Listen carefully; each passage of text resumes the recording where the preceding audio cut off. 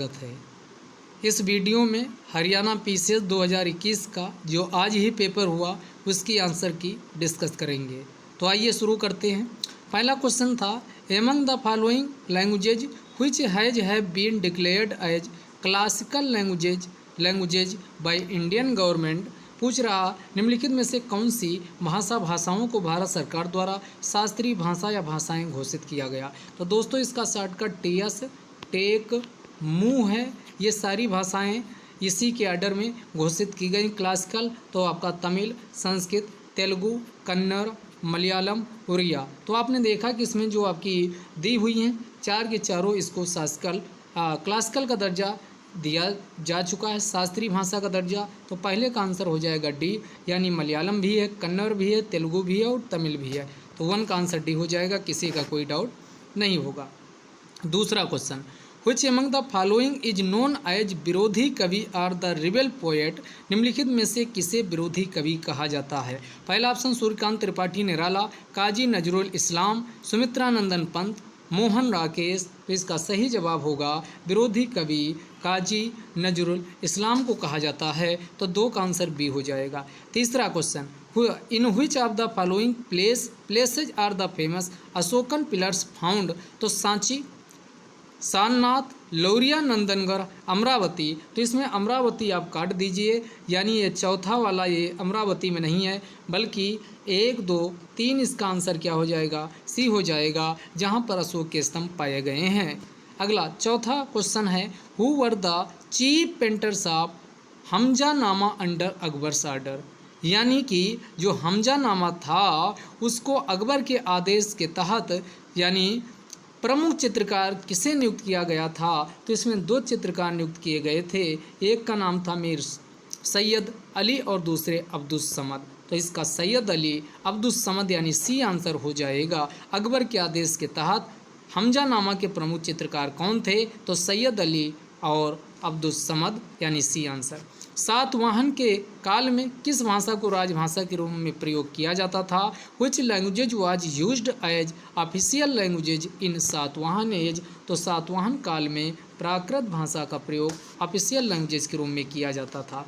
अगला which among the following is not A proto Harappan culture. निम्नलिखित में से कौन सी प्राक हड़प्पा संस्कृति नहीं है। पहला ऑप्शन आमरी कल्चर, दूसरी सोथी कल्चर, तीसरी कोटदीजी कल्चर और चौथा है झोप कल्चर। तो एक कॉमन सेंस लगा के भी कर सकते थे कि आमरी, कोटदीजी, सोथी ये सब आपके हड़प्पा कल्चर के अंतर्गत यानी हैं, प्रोटो हड़प्पन कल्चर हैं। तो इसका आंसर सही हो जाएगा डी, झोप कल्चर इसमें नहीं है।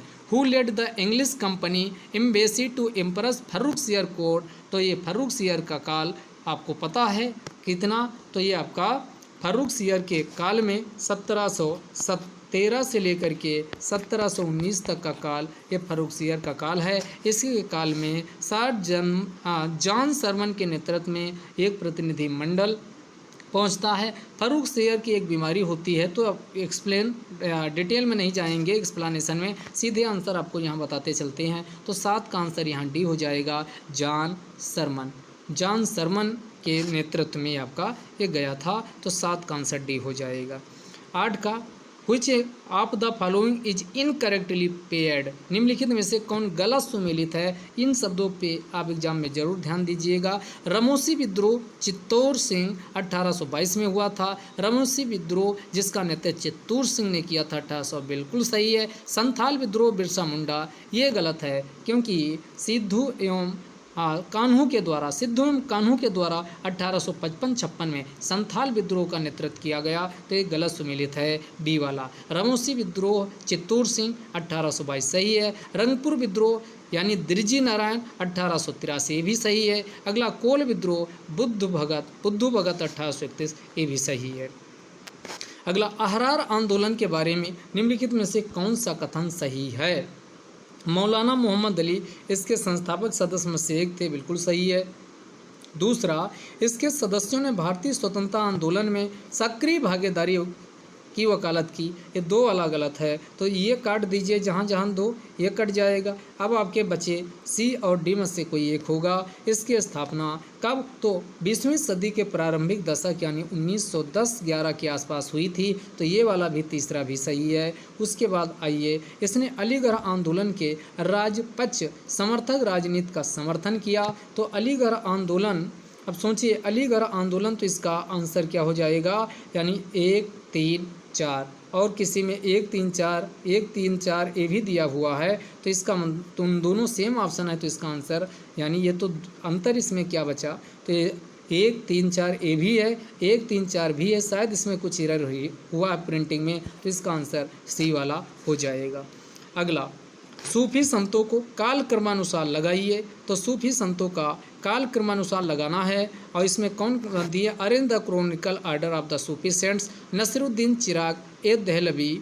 उसके बाद दिया है शेख मोइनुद्दीन सिद्जी, बाबा फरीद, फिर निजामुद्दीन औलैया, ये आपका दिया गया है। तो 10 नंबर का आंसर सही क्या हो जाएगा, 10 का ये बी आंसर सही हो जाएगा। सबसे पहले क्या 2 आएगा, यानी बाबा फरीद। बाबा फरीद के बाद कौन आएंगे, तो ये आपका बाबा फरीद के बाद 3, सबसे पहले 2 नंबर पे आपका कौन दिया है, 2 नंबर पे शेख मोइनुद्दीन सिद्जी, और शेख मोइनुद्दीन सिद्जी के बाद आपका 3 नंबर यानी बाबा फरीद, और बाबा फरीद के बाद 3 नंबर के बाद ये आपका पहला 2 नंबर के बाद 3 नंबर, तो शेख मोइनुद्दीन सिद्जी, उसके बाद बाबा फरीद, और बाबा फरीद के बाद 4 नंबर निजामुद्दीन औलैया, और सबसे लास्ट में नसरुद्दीन चिराग दहलवी इन्हीं को कहा जाता। तो इसका आंसर 10 का आंसर क्या हो जाएगा, 10 का सही आंसर होगा बी। 11 नंबर क्वेश्चन पे पहुँचते हैं।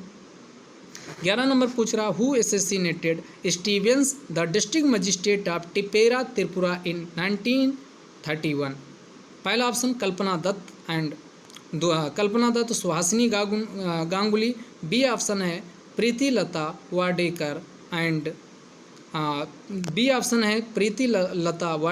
And Kalpana Dutt, C option है Shanti and Suniti Chaudhary, D option है बीना दास एंड बसंती देवी। तो इसका आंसर सही हो जाएगा क्या, तो 1931 के त्रिपुरा के जिला मजिस्ट्रेट स्टीवंस की हत्या किसने की थी, तो ये शांति तथा सुनीति चौधरी ने मिलकर उनका हत्या की थी। Which dynasty ruled in the region of modern Haryana at the time of Ghaznavid invasion, यानी गजनवी आक्रमण के समय आधुनिक हरियाणा के क्षेत्र में किस वंश का यानी राज था। तो इसको आप कमेंट बॉक्स में लिखिएगा कि इसमें ये परमार वंश का था या चौहान, तो ऐसे चौहान होना चाहिए। आप लोग इसको कमेंट बॉक्स में, ये हरियाणा स्पेशल का क्वेश्चन है, इसको बताइएगा। अगला, भक्ति आंदोलन के संदर्भ में पूछा है, तो उसको देख लेते। Which statement are correct about the bhakti saint Namdev worshipped Vitthal at Pandharpur, सही है, ही वाज फ्रॉम गुजरात। दूसरा, he was a son of tailor, he wrote many abhang. अब इसमें क्या हो जाएगा, ये गुजरात वाला इसमें आपका ये काट दीजिए, 2 वाला जैसे काटोगे तो आपका ये कट जाएगा, ये कट जाएगा, ये कट जाएगा, तो बचेगा कौन, इसमें इसका आंसर सी हो जाएगा 1, 3, 4। आगे कंटिन्यू करते हैं। नीचे भारत के 4 पुरातात्विक स्थल दिए गए, given below are the location of 4 archaeological sites in India. Attirampakkam Tamil Nadu में है, भीमबेटका मध्य प्रदेश में, पिकलीहल संगनहल्लू कर्नाटक में है, बुर्ज होम ये जम्मू कश्मीर में है। तो ये यस से शुरू करिए, इनका नॉर्थ से साउथ, ये यहाँ जरूर देख लीजिए आर्डर क्या पूछ रहा, नॉर्थ से साउथ आर्डर इसमें लगाने के लिए आया है। तो सब पहले जम्मू कश्मीर बुर्ज होम यानी यस आएगा, यस के बाद फिर आपका भीमबेटका क्यों आएगा, क्यों के बाद फिर आपका पिकलीहल कर्नाटक वाला आर आएगा, और सबसे लास्ट में पी आएगा। तो इसका आर्डर सही होगा यस क्यों आर पी यानी डी सही आंसर हो जाएगा। 14 के बाद 15 पे सीधे पहुँचते हैं। Which among the following is a term that emerged during 18th century in connection with the agrarian system, which basically meant to a contract by which the revenue of an era was farmed out to the highest bidder। यानी निम्नलिखित में से कौन सा शब्द 18वीं शताब्दी में कृषि व्यवस्था के साथ संबद्ध था, जिसका अर्थ एक ऐसे अनुबंध से था जिसमें राजस्व संग्रहण का अधिकार अधिकतम बोली वाले को दिया जाता था। इस व्यवस्था को इजारेदारी व्यवस्था इजारेदारी व्यवस्था के नाम से जाना जाता था। तो इसका आंसर क्या हो जाएगा? इसका आंसर यानी ये व्यवस्था वारेन हेस्टिंग्स के द्वारा इजारेदारी व्यवस्था को लागू किया गया था। तो ये आंसर डी हो जाएगा। अगला, मुगल प्रशासन के संदर्भ में निम्नलिखित में से कौन सा विकल्प मनसबदारी प्रथा की विशेषताओं से संबंधित है? With reference to Mughal administration which among the following options is connected to the features of mansabdari? मनसबदारी व्यवस्था में जात व सवार दो चीज़ें होती थी। तो इसका आंसर, पहला आंसर हो जाएगा जात एंड सवार। अगला, in the context of land revenue settlement of colonial India which of the following statement is correct? In 1790 lord Wellesley introduce permanent settlement in Bengal province. ये गलत है क्योंकि लॉर्ड कॉर्नवालिस के द्वारा परमानेंट सेटलमेंट को लागू किया गया था। तो ये वाला गलत हो जाएगा और वही पूछ रहा कौन सही नहीं है। तो इसका आंसर पहला वाला हो जाएगा। उसके बाद सेकंड ऑप्शन आप इसको रीड कर लीजिएगा कि 1790 में लॉर्ड वेलेस्ली ने बंगाल प्रांत में स्थायी बंदोबस्त लागू किया है, गलत है। इसने जमींदारों को अपनी जमींदारी में पूरी जमीन के मालिक के रूप में मान्यता प्राप्त हो गई। इसने भूमि स्वामित्व को वंशानुगत बनाया। जमींदारों को जमीन बेचने का अधिकार दिया गया। बाकी सब सही है, पहला वाला गलत है। With reference to medieval Indian history, what does Petri Dura refer to? It was a type of textile design prevalent in Deccan. ये गलत है। Colored hard stones placed in depression carved into marble or sandstone creation beautiful ornate patterns. C option है, variety of musical instrument played during Mughal wedding rituals, a kind of colored photograph brought from Iran to Mughal court. अब हिंदी वाला देख लीजिए। यह दक्कन में एक प्रचलित वस्त्र डिजाइन था, गलत। संगमरमर या बलुआ पत्थर में नक्काशी किए गए खुदाई में रखे गए रंगीन सख्त पत्थर सुंदर अलंकृत पैट बनाए जाते थे। इसी को पेट्रा दुरा के नाम से जाना जाता था। यही सही है। अगला, फिर आपका संविधान के बुनियादी ढांचे से संबंधित निम्न मामलों को कालक्रमानुसार लगाना है। मिनर्वा मिल्स 1980 ये है।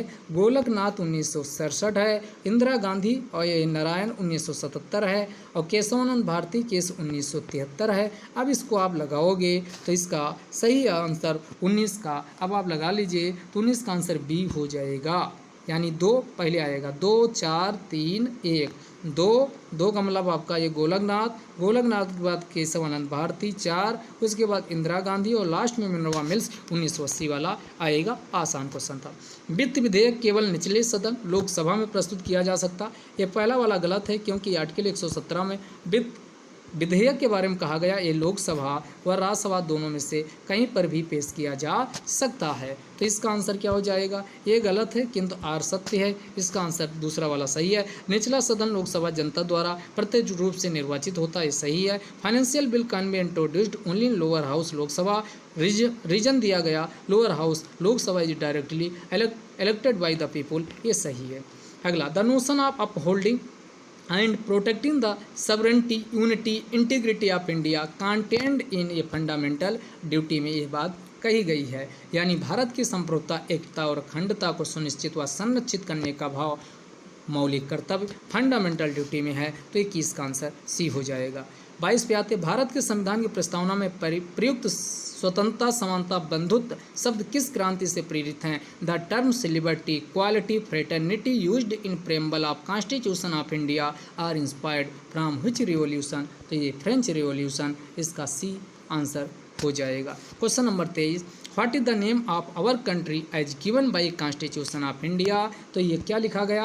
आर्टिकल अनुच्छेद 1 आप रीड करेंगे तो लिखा है India that is Bharat is the states of union, यानी भारत राज्यों का संघ होगा जो भारत के नाम से जाना जाता। तो इसका आंसर क्या हो जाएगा? सी हो जाएगा। अगला 24, in which part of the constitution of India is mentioned the promotion of international peace and security? भारत के संविधान में अंतर्राष्ट्रीय शांति व सुरक्षा के समर्थन का उल्लेख अनुच्छेद 51 में किया गया है और 51 DPSP का पार्ट है। तो इसका आंसर हो जाएगा बी, राज्य के नीति निर्देशक तत्व, directive principle of state policy. अगला, under which article can any citizen of India move directly to supreme court of India for violation of any his her fundamental rights? किस अनुच्छेद के तहत भारत का कोई भी नागरिक अपने मौलिक अधिकारों के उल्लंघन हेतु सर्वोच्च न्यायालय सीधे जा सकता? तो इसका आंसर हो जाएगा अनुच्छेद 32।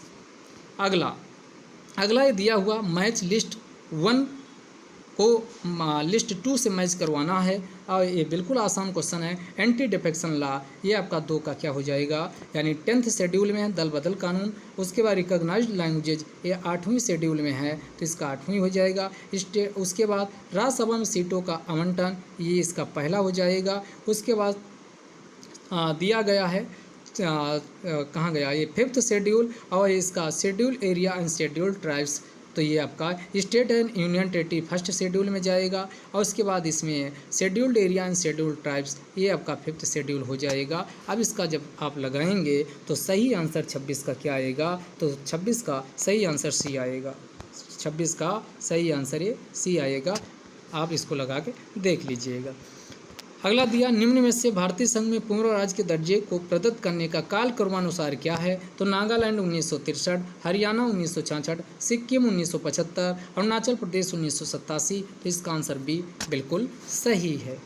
अगला, consider the following statement, right to vote is a legal right, बिल्कुल बात सही है। नॉट ए फंडामेंटल राइट, 44वें संविधान संशोधन से इसे फंडामेंटल राइट से आर्टिकल 300A में डाल दिया गया, जो कि कॉन्स्टिट्यूशनल अर्थात लीगल राइट है, नॉट फंडामेंटल राइट। तो पहला स्टेटमेंट ये बिल्कुल सही है। सेकंड कह रहा right to property is not a fundamental right, ये भी बिल्कुल बात सही है। तीसरा आर्टिकल, ये आपका 44वें संविधान संशोधन से इसमें परिवर्तन किया गया है, जो right to property is not a fundamental right, ये इस समय कॉन्स्टिट्यूशनल राइट है।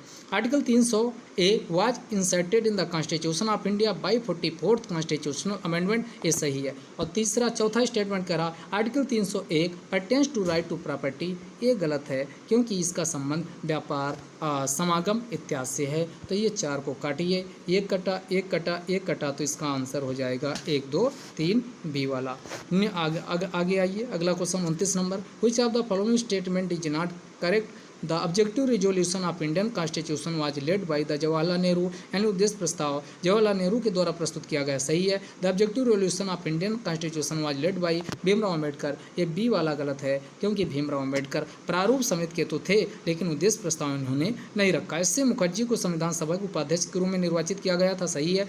डॉक्टर सच्चिदानंद को संविधान सभा के अंतरिम अध्यक्ष के रूप में चुना गया, ये भी सही है। निम्न में से किसका उल्लेख भारतीय संविधान के अनुच्छेद 21 में है, which of the following is mentioned in article 21 of the Indian constitution, rule of law, due process of law, procedure established by law, equality before law, तो प्रोसीजर एस्टेब्लिश्ड बाय लॉ हो जाएगा, विधि द्वारा स्थापित प्रक्रिया, इसका सही जवाब होगा 30 का आंसर सी होगा। आगे, भारतीय वायुसेना के किस स्क्वाड्रन में राफेल लड़ाकू जेट विमानों का प्रथम बैच शामिल किया गया, in which squadron of Indian air force has the first batch of Rafale fighter just to be inducted, तो इसका स्क्वाड्रन 17 ये ए ऑप्शन सही होगा, स्क्वाड्रन 17, 17 और गोल्डन एराज, इसका सही जवाब हो जाएगा। अगला, ये मैच करवा रहा है, तो मैच करवाने में बिल्कुल सही, SCO आपका ट्रेड, पॉलिटिक्स एंड कल्चर 1 का ए हो जाएगा। और उसके बाद आपका क्वाड में आपका क्या हो जाएगा, स्ट्रेटजिक फोरम हो जाएगा, यानी 2 का डी, और 2 का डी केवल बी वाले ऑप्शन में है, तो इसका आंसर 2 का डी, 1 का ए और 2 का डी, यानी पहला ऑप्शन इसका बिल्कुल सही चला जाएगा, तो इसका आंसर होगा पहला वाला। आसियान, ये भी मिला लीजिए, 3 का भी हो जाएगा, और 4 का आपका सी हो जाएगा। ये म्यूचुअल एश्योरेंस है, डिस्ट्रक्शन है, यानी न्यूक्लियर वेपन से संबंधित है, तो ये आपका पहला ऑप्शन इसका सही होगा।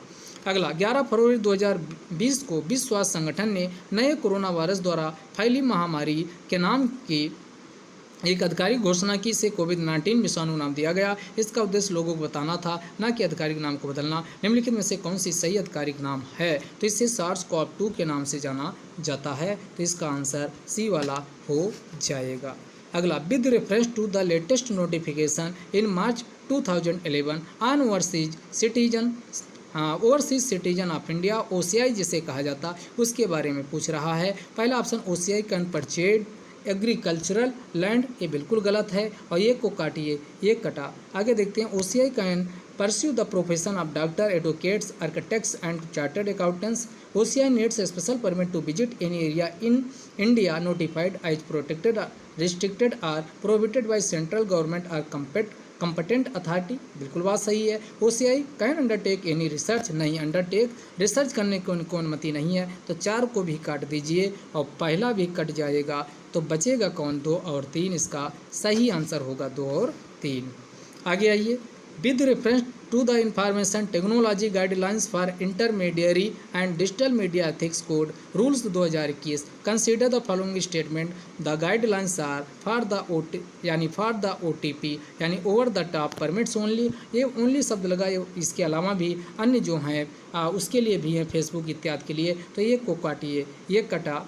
और उसके बाद आइए 2, it has the code ethics and procedure and safeguard for the intermediary as defined in the guidelines, बिल्कुल बात सही है। The ministry of information and broadcasting government of India shall formulate and oversight mechanism, ये भी सही है। The rules required intermediaries to set up a grievance redressal mechanism, ये भी सही है। तो इसका आंसर 2, 3, 4 होगा। पहला वाला गलत है, बाकी सही है। हिंदी में आप लोग इसको देख लीजिएगा। आगे है consider the statement, India wants Chabahar port to be included in the 13 nations international north south transport corridor that extend from India to Russia. अब INSTC का पूछ रहा मेंबर कौन है, तो इसमें चाइना नहीं है, मंगोलिया नहीं है, यानी इराक नहीं है। इसका सही आंसर केवल ईरान होगा, ओनली 1। पहला आंसर इसमें सही इसका होगा। अगला, Which country has the news media and digital platforms mandatory bargaining code, निम्न में से किस देश ने the news media and digital platform mandatory bargaining code को कंपलसरी किया? तो इसका आंसर हो जाएगा ऑस्ट्रेलिया। सही आंसर ऑस्ट्रेलिया होगा, 37 का बी। अगला, Atal tunnel named after the former prime minister Atal Bihari Vajpayee between Manali and Leh is built on which range of Himalaya? तो ईस्टर्न पीर पंजाल रेंज में है। आप पिछले ईयर के क्वेश्चन देखेंगे, ये कई बार क्वेश्चन प्रीवियस ईयर में पूछा जा चुका। किसी पेपर में हमने भी डिस्कस की इसको, पिछले पेपर में किया कि ये पूर्वी पीर पंजाल रेंज में स्थित है। क्वेश्चन आ चुका है।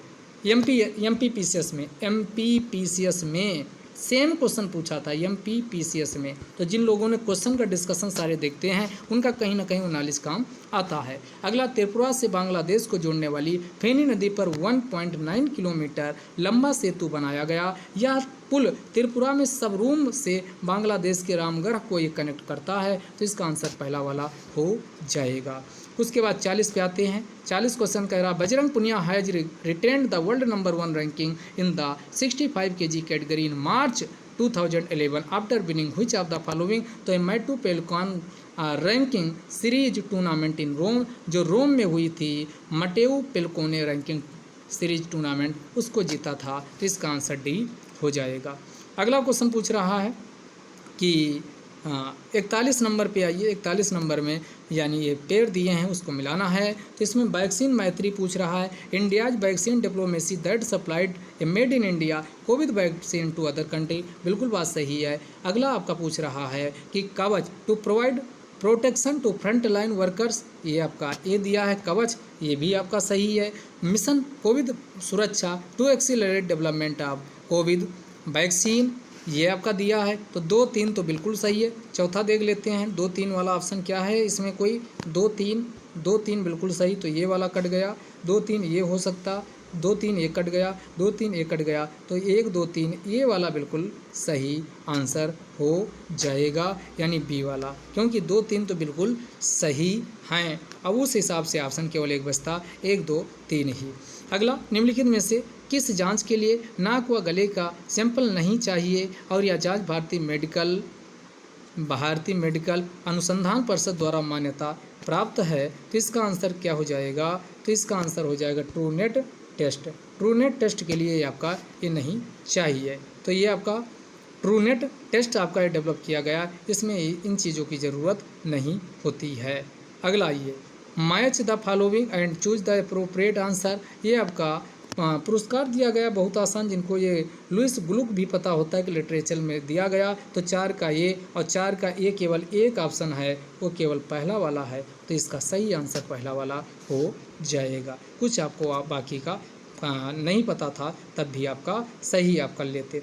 Consider the following statement about Gabor Szego prize the society of industrial and applied mathematics USA awards this prize सही है। The prize is awarded every year, नहीं, ये प्रत्येक 2 सालों में एक बार दिया जाता, तो ये इसलिए गलत है। This award to an early career researcher in the area of orthogonal polynomials and special function के लिए दिया गया in the year 2021 and Indian was awarded this prize. Yes, इसमें एक भारतीय मैथमेटिशियन है, उनको ये दिया गया है, अतुल दीक्षित को दिया गया। तो ये आपका ये यहाँ पर दो वाला स्टेटमेंट गलत है, क्योंकि ये 2 सालों में एक बार दिया जाता, ना कि प्रत्येक वर्ष। तो 2 वाला काटो, ये गया, 1 और 3 4, इसका सही आंसर आ जाएगा पहला वाला।